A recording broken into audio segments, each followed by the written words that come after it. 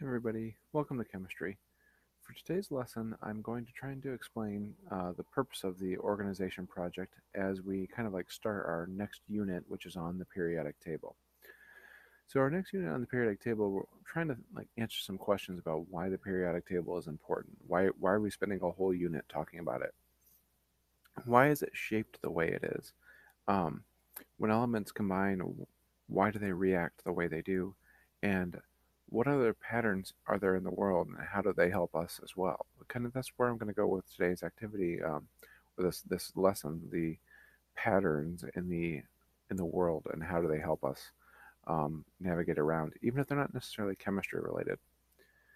So, when we organize items, how do we do them? Let's imagine we have some baseball cards sitting around in our house, and there's just a big stack of them. Um, this is where I would normally ask for you guys to give me some ideas of like how you would organize them. But things we normally come up with are years, the teams that they're on, players, like alphabetical order possibly. Um, certain brands of cards might have actually a number on the back of their cards, and so you could just put them in like order of the card number. And then other people say, well, value would be the most important.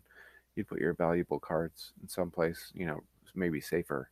And then the other cards, you'd kind of organize a little differently. So, in order of value. Those are all good answers. So, there's lots of different ways to organize different items. It's just really, again, what's going to give it meaning to you and how are you going to find something later on? The elements are kind of the same exact way. So, again, what's a meaningful way to organize the element? Maybe when they were discovered, family, how they react, maybe if they're solids, liquids, or gases, metals or not metals, by their mass or atomic number. There's lots of different ways that we can organize the elements on the periodic table. We just have to organize them in again, a good way that we're going to have some meaning from the organization. It's not just some random arrangement.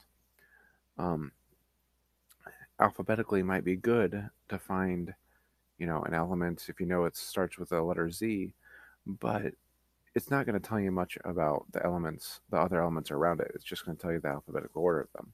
So again, just kind of like different ways to organize different things.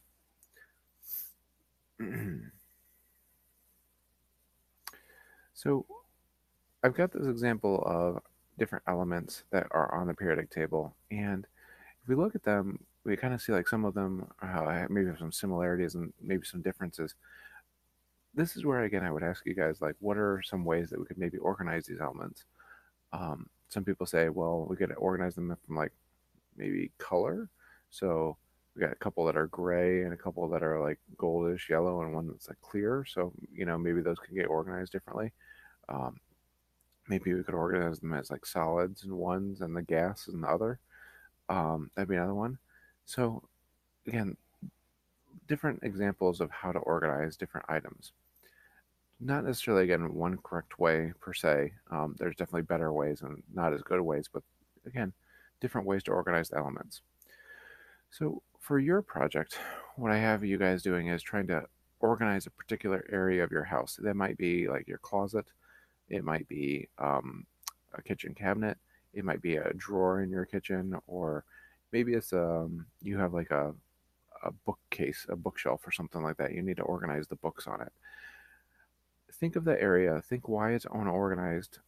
Think of ways that you can make it more meaningfully organized to you, and hopefully that'd be more meaningfully organized to somebody else as well. But more meaningfully organized to you, organize it, and then explain the organization structure, how you guys organized what you chose to organize, and we're going to try and again relate that to how the periodic table is organized as well as we kind of like move through this next unit.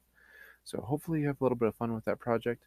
Um, I know it's not really like 100% chemistry related, but hopefully you get again some use out of it, and hopefully it gets you a little bit understanding of why the elements are organized as well. So thank you very for watching, and good luck on your project.